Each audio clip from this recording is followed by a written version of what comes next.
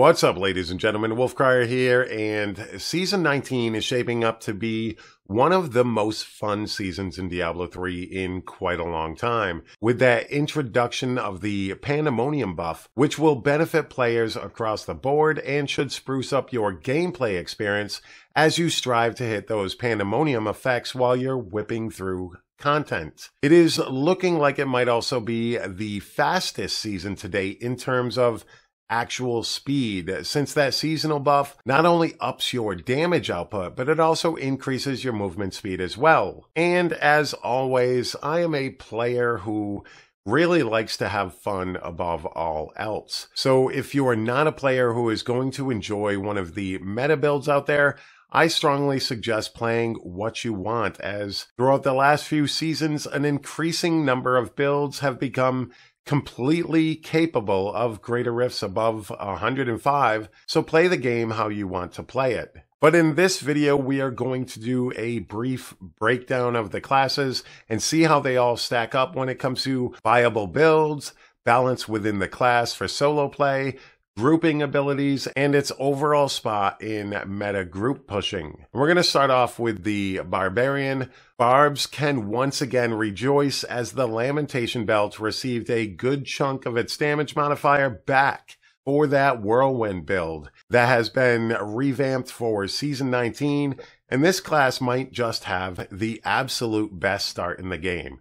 Its Hadrig's gift set is Wrath of the Wastes, which is that Whirlwind build set, and can easily transition into high-level greater rifts quite early on in the season. Barbs are also sought after in both meta pushing due to its ZDPS pull barb, that support barb that is in every group for greater rift pushing, and also within necro speed runs as a support as well. And they might be able to fill that role themselves in Barb speedrun groups using that newly buffed Whirlwind build. Barbarians don't have the biggest pool of viable top 10 builds out there, but they do have a few for sure. Seismic Slam, for instance, should be a very strong build, if not the strongest build out there for Barbs in the upcoming season, as should the Hoda builds out there, although in non-season prior to Season 19, they have been taking advantage of a bug with the Fjord Cutter with those builds,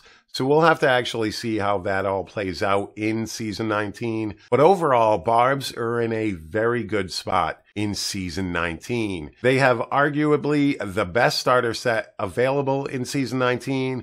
They have great mid-game Paragon farming potential. They're always sought after in endgame high greater rift pushing, and they have a decent pool of viable builds for greater rifts 120 plus. Crusader, on the other hand, could quite possibly have the strongest solo build in the game with their new Aegis of Valor set, but unfortunately, with the incoming nerf to the Shield of Fury, it's unsure whether or not this build will actually find a way into the 4-man group meta in replace of that very strong Thorns Necro Rift Guardian killer, and having one of the strongest builds will actually lower the potential for multiple Crusader builds to be in that top 10 on its solo leaderboard, leaving last season's 2 top 10 builds, the Legacy of Dreams Blessed Shield build and the Crusader's Invoker Thorns build, out of the running for that top 10. But the Crusader does still have a decent amount of builds that can rise above Greater Rift 125, giving you ample ways to play the class. But let's move on to Demon Hunter. The Barbarian buffs this season will most likely push Demon Hunter to the bottom of the pack as far as highest greater rift clear goes among all 7 classes. While Demon Hunter does offer a variety of builds capable of clearing greater rift 125 plus, its strongest solo builds, the Impale Demon Hunter and that Legacy of Dreams Rapid Fire build, will struggle to clear as high as any of the other classes available. And if either of those manage to clear a greater rift higher than a 135, it will most likely have something to do with that Pandemonium buff. Now, Demon Hunter is a pretty fun class, has one of the fastest farming builds out there, and can still act as a Rift Guardian killer for pickup groups with its Impale build. So if you like the playstyles offered by the class, I say go for it. But I would also say that this class is truly in need of a bump here and there next season for sure. Now, Monk is my favorite class. And the Monk is also the proud recipient of the second brand new set that came with patch 2.6.7. And overall, this class is in a great spot. It has 3 potential top tier builds in its arsenal now with that new Patterns of Justice Tempest Rush build, the new Sun Wuko's Tempest Rush build, and its tried and true Legacy of Dreams Wave of Light build. It also has many other builds capable of doing Greater Rift 125 plus, and it owns the fastest speed farming builds out there with many variations of Wave of Light, and that new Patterns of Justice build. It's also sought after in high-end meta pushing with its Z-Monk or Support Monk setup. Its only drawback, however, is that it also owns the very worst Hadrig's gift set available to any of the classes this season. The Raiment set with its generator build is a completely viable set, but most players are going to want to switch that out as soon as they possibly can. But overall, it is a very good class to pick up for Season 19, especially if you're looking for something that can fill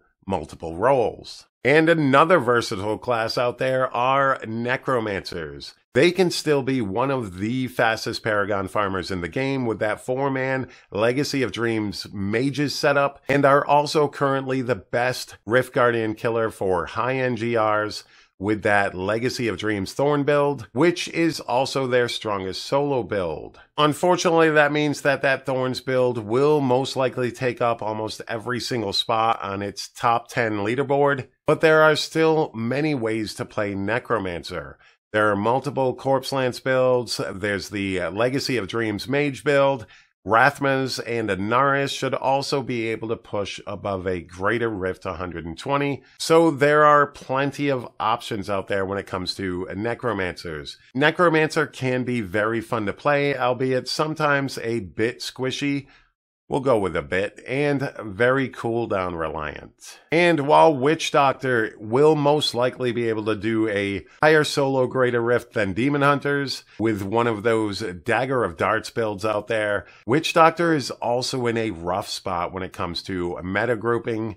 It currently holds no builds that are useful for any of the meta players for Greater Rift pushing or for speed Paragon farming. It does, however, have a fairly wide variety of Greater Rift 120 plus builds, offering up different ways to play the class. With the Pandemonium buff active, it is quite possible that this class could cross the GR 140 mark on its solo leaderboards. But this is another class that is in the same spot as last season, since it received absolutely no changes with patch 2.6.7. On the other hand, Wizard did receive changes with patch 2.6.7 in an effort to actually tune down its 2 most powerful builds, that Veers Chantoto's Archon build, as well as its Star-Packed Bazooka build. While the first did actually take a hit in the damage department, it should still hold a spot within the top 10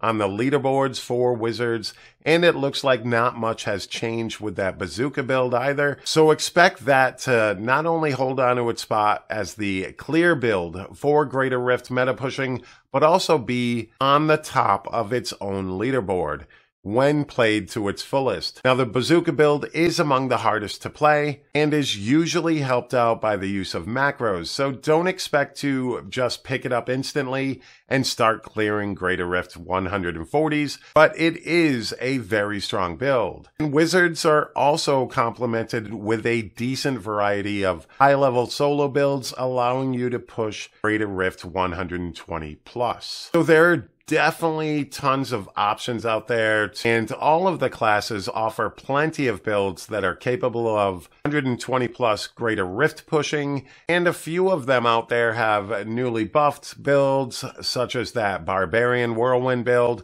or those 2 brand new sets, which is available for the Crusader, and that Patterns of Justice set for the Monk. So if you're looking to try out something new, maybe one of those builds would be optimal for you. But I do have to reiterate, as I said early on in this video, play what you want to play. Play to have fun, because nothing's going to end your season faster than playing a build that you personally can't stand. And for those people out there that are going to be pushing with meta builds, I wish you the best of luck. May your season be amazing. But all right, ladies and gentlemen, I want to say thank you so very much for taking the time out of your day to watch my video. I always greatly appreciate it. Don't forget to hit that like button, hit that subscribe button, and let me know down in that comment section down below what you are looking forward to most in Season 19. And once again, thank you so very much for all the support, and you all have a fantastic day. Peace.